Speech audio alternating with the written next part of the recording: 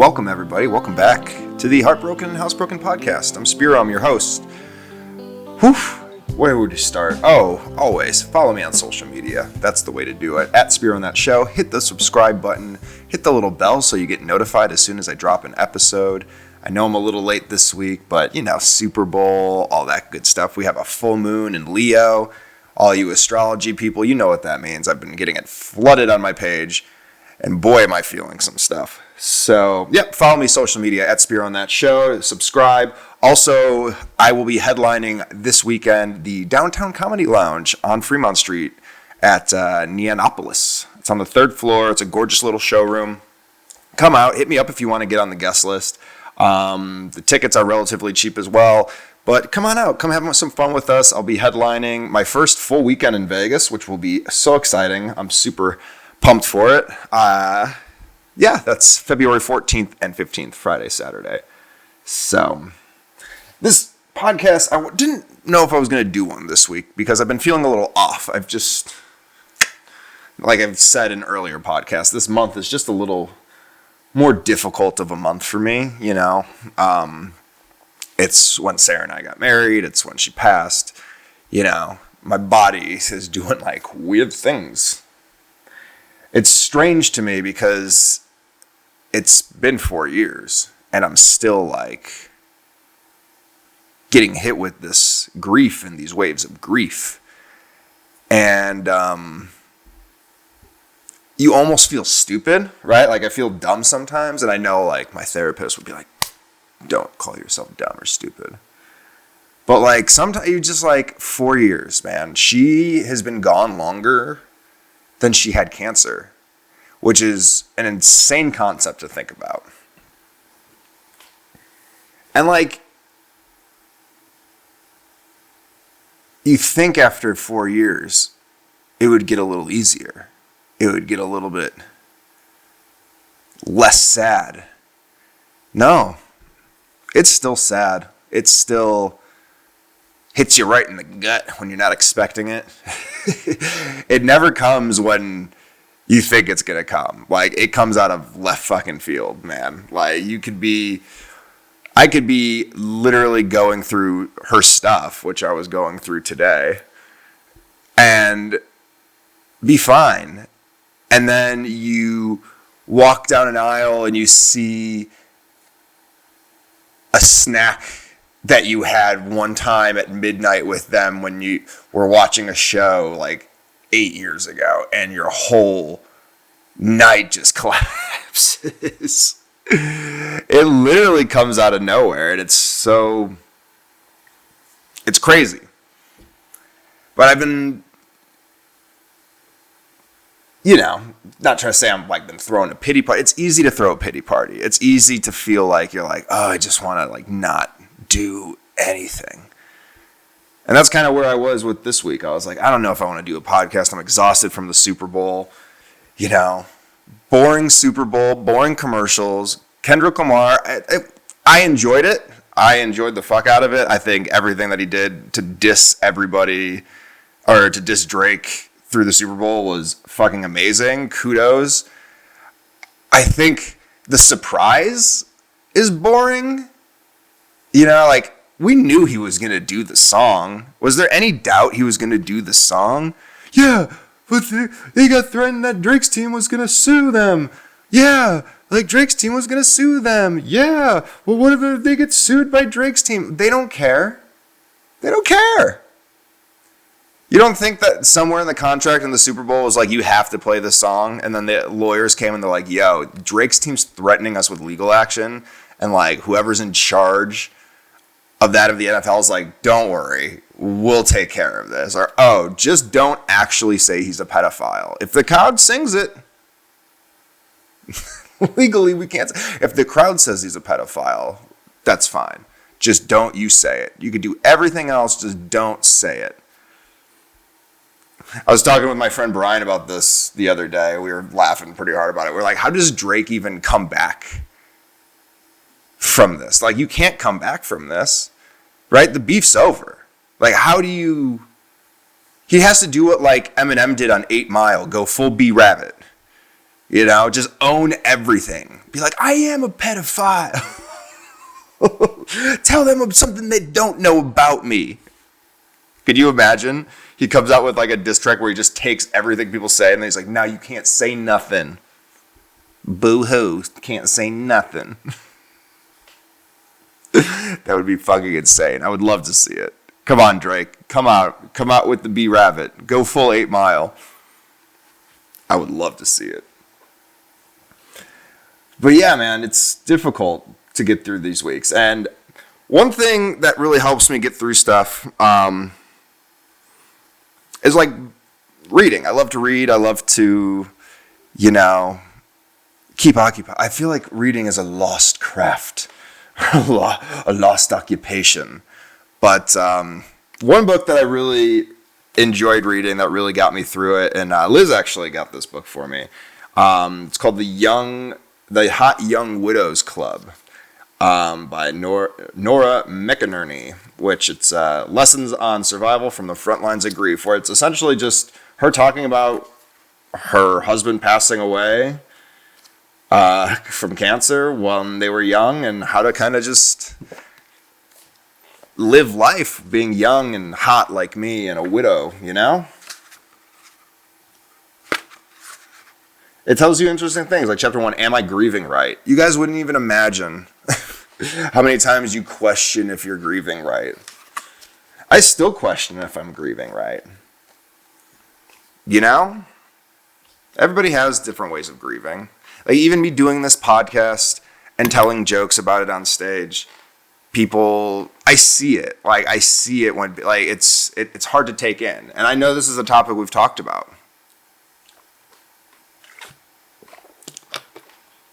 But you legitimately, when you see people talking about death in such a close, personal way, people get scared or people back off.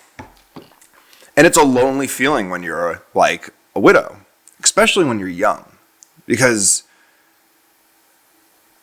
you planned your whole life to be with this person. You thought it was going to be forever. You thought you were going to have kids. You thought, you're going to spend the next 50, 60 years. And now you have to spend the next 50, 60 years knowing that this person passed. So it's easy to have all sorts of confusing emotions. And this book honestly did a really good job of kind of walking me through it. And it's fun because I just happened to read the chapters that I needed to read when everything kind of was like presenting itself. I didn't read it in one straight sitting, but it was almost like whenever I was having some difficult emotions or feelings, I would pick up where I left off, and it was like the next chapter of the book. So if you're out there and you're a young hot widow like me, like this book, man, like I'm telling you, it's a good one. I'm going to read a passage at the end of it that really kind of stuck with me, and we'll maybe wrap up the whole theme of this. But I wanted to do it today because it's a full moon in Leo, as my astrology people know. But no, for real though, Liz had a really great idea out of a pretty sad situation a couple weeks ago, which obviously we all know about the LA fires and everything going on, and we've all had friends affected from it. Liz had friends come over and, while they were trying to get away from whatever they were, dealing with, whether it's just like the smoke damage, the worry of possibly evacuating, you name it. But she started really coming to me and being like, hey, like you have a lot of important things from Sarah and your father. Like you should at least take pictures of all these things, because God forbid anything were to happen to them. You'd be devastated. You'd be insane. You would run through the streets naked, screaming songs that don't make any sort of sense. Like, I would lose my fucking mind, man. And she knows that. And she was like, look, take pictures of it, put it in a, folder, save it somewhere, because a picture will at least bring out that emotion. And obviously it's difficult to do all at once. I have a lot of her stuff. I kept a lot of Sarah's stuff. And like, when do you throw that stuff out? Like, when are you supposed to throw it out? Or not throw it out, but like donate it, give it away. it's weird because I hold on to it because I think she's still gonna come back. You know what I mean? Like, you almost have this weird thing where you're like, well, maybe something will happen where you wake up and, you know, she'll need it. Like, does that make sense? I don't know. You know, it's not like I'm like, oh my God, like, I want her to come back right this second. But it's like these are her things. You know, this was, I don't know. It's an interesting concept. Like, why, like letting go? Like, I'm sure it's something like, yeah, Spirit, you're just afraid of letting go. But, like, it almost feels insulting to give things away. You know what I mean? Like, she loved these things so much. I almost feel like if I give these things away, she might come back and, like, haunt me. Right? Be like, why the hell did you give away my favorite sweater? You knew that. I love that thing. I can see it. I can see me waking up with her ghost ass pouting over me and being like, you gave away my favorite jacket. You knew I loved that jacket. Why would you give that away? She didn't like to share anything. She was like, my stuff. She'd freak out. If you ate anything of hers she would eat all my leftovers. All my leftovers. Eat them up. I couldn't have leftovers in that fridge for more than 5 minutes. That bitch would eat them right up. If I gave away her clothes, oh my God. It'd be like if I ate her leftovers. She would eat my leftovers, and then I would come, you know, home late from hockey, comedy, hungry. It's been a night out, you know. Want to get a little snackaroonie before I go to bed. You know, sometimes she would have some leftovers, and I wouldn't eat the whole thing. I would eat a little smidge, a little sliver, a little crumb. Guess what? 5 a.m. Just like my cat Campari now. Just 5 a.m. Be like, what are you doing? Why did you do this? What is this? This is my food. I'm starving. I was going to eat all that. Why did you eat? Can't imagine. If I gave away, oh my God, she had socks. She loved these like crazy socks. If I gave away her socks or her leggings or fucking so many things. If I get her purses, she has so many purses. If I gave away some of her favorite purses, she would haunt me for the rest of my life. There's no way. She'd be like, those are my purses. My things belong in there. I'd be like, your thing, you're gone. And she'd be like, well, keep these things and put them in my purse because, damn it, I might be back. Don't make me possess a stuffed animal. I might.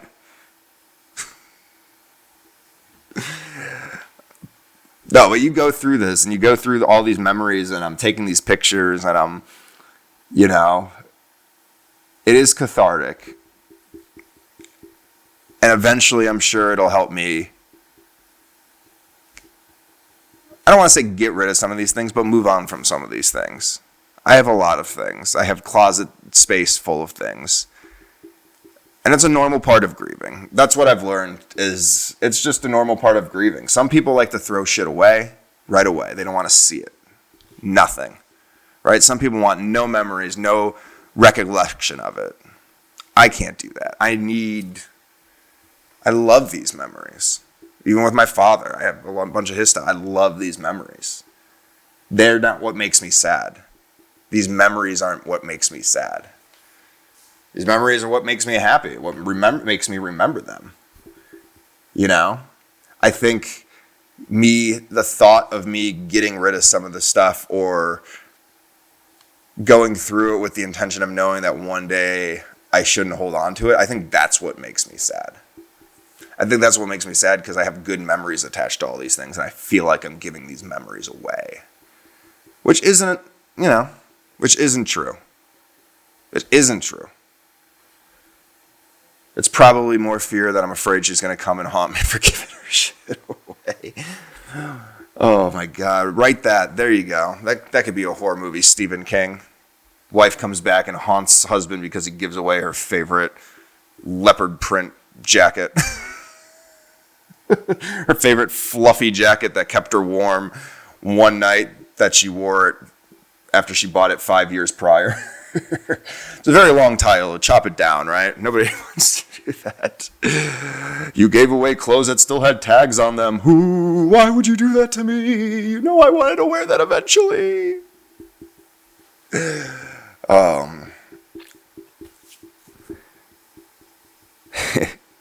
I don't know where I was going with this, but if you're out there and you're going through a loss of a parent, pet, spouse, anything, however you want to deal with it, however you want to remember them, that's okay. If you like to hang on to things like I do, hang on to those things. If you want to give those things away, give those things away. You know, I very much was surrounded by people that were give things away. That, you know, they didn't want a lot of the stuff around, which I get. Not me. I like my things. I like my little knick-knack mementos. I'm like a little old lady trapped inside this millennial body. I'm like a Gertrude in this 87 body. Just cruising around. I've been possessed by an 87-year-old lady. See? Maybe I'm not even me. Maybe I'm possessed by Maud. Some widowed old lady who likes to collect knickknacks and drink water and I don't know. One thing we also learned on this podcast is not all improv's good improv. Oh, people hate improv. I hate improv, but I love improv at the same time. I've started improv. I teach improv. But I fucking hate improv at the same time. That'll be another podcast we get into. My hatred and love for improv. As promised, I wanted to close this out with a quote from the Hot Young Widows Club by Nora McInerney. Lessons on survival from the front lines of grief. For those of you who maybe not understand what someone's going through when they're grieving, or you might be watching this and you might know someone that's going through a similar situation and you don't know how to really relate to them, which is easy to understand. This segment really kind of hit me today and I wanted to read it for you guys. For the grief adjacent. For you, time marches on, steadily and reliably. A year is just a year. A day is just a day. You are not aware of the number of days it's been since they last took their breath or said their last word. You're not mentally calculating when the scales of time tip and more of your life has been lived without them than it was lived with them. You may be tempted to tell the aggrieved to move on. After all, it's been weeks, years, decades. Surely this cannot still be the topic of conversation. Surely at this point they must have moved on. Nope. But you might be thinking this person has gotten married again or had another baby. They have so many good things in their life. This one awful thing can't possibly still be relevant. Can it? We do not move on from the situations or the dead people we love or the difficult situations that we've lived through. We move forward, but we still carry it with us. Some of it gets easier to bear. Some of it never does. We live on, but we're not the same. We are shaped by the people we love, and we are shaped by their loss. Why are they still sad, you might think? Because it's a sad thing, and it always will be. It's a sad thing, and it always will be. But it doesn't mean we can't talk about it. It doesn't mean we can't have fun with it. It doesn't mean we can't laugh at it. Everything I went through, everything I'm going through, everything I'm going to go through has been hell. But why did I go through it? Why did I go through it? There must be a reason I went through it. And maybe the reason is just to make people laugh or smile if they're dealing with the same thing. Maybe it's for something else. Whatever it is, we're going to keep talking about it till the wheels fall off, baby. So I appreciate you guys as always. Thank you so much for watching the Heartbroken and Housebroken podcast. My name is Spiro. I am found on all social media platforms at Spiro in That Show. Again, I'll be headlining the Notoriety Comedy Club at downtown Las Vegas on Friday and Saturday, February 14th and 15th. You guys are incredible. For those of you who listen, those who support, I appreciate you. Everyone who's new to this channel, welcome aboard. Love you guys. Stay safe out there. We'll talk next week. This has been Heartbroken and Housebroken.